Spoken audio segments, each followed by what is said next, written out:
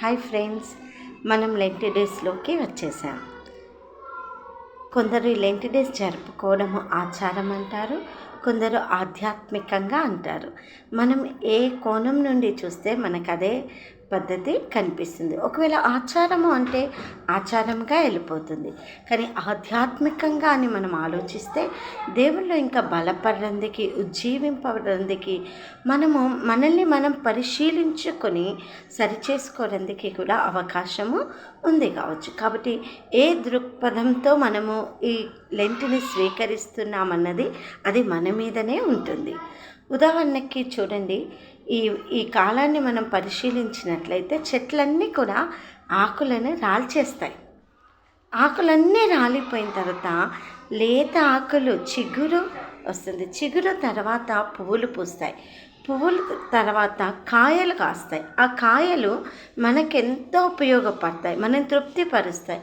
అలాగే ఈ ఆధ్యాత్మిక కాలంలో మనము దేవునికి సమీపంగా ఉండి మనల్ని మనం పరిశీలించుకుంటూ దేవుని దగ్గర సరి చేసుకుంటూ ఉన్నట్లయితే ఈ 40 రోజులు దేవునితో ఎక్కువగా గడిపి దేవునికి ఆయాసమైన మన దగ్గర ఏమున్నాయో అవి తీసేసుకుంటూ దేవునికి సమీపంగా నడిచినట్లయితే, సమీపంగా ఉన్నట్లయితే మనము కూడా మిగతా 225 రోజులు అనేకులకు ఆశీర్వాదకంగా దేవునికి మహిమకరంగా ఉంటాం.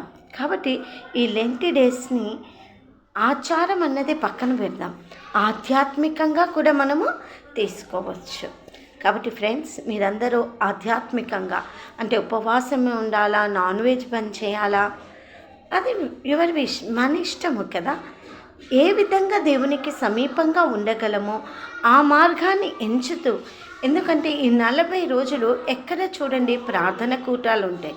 వ్యక్తిగతంగా, సంఘపరంగా, సమాజంలో కూడా మన చుట్టూరుగా దేవుని వాక్యాన్ని వినే సమయము, దేవునితో గడిపే సమయము చాలా ఎక్కువగా ఈ 40 రోజులు ఉంటుంది. కాబట్టి దీన్ని సద్వినియోగం చేసుకొని మనం ఫలిస్తాం.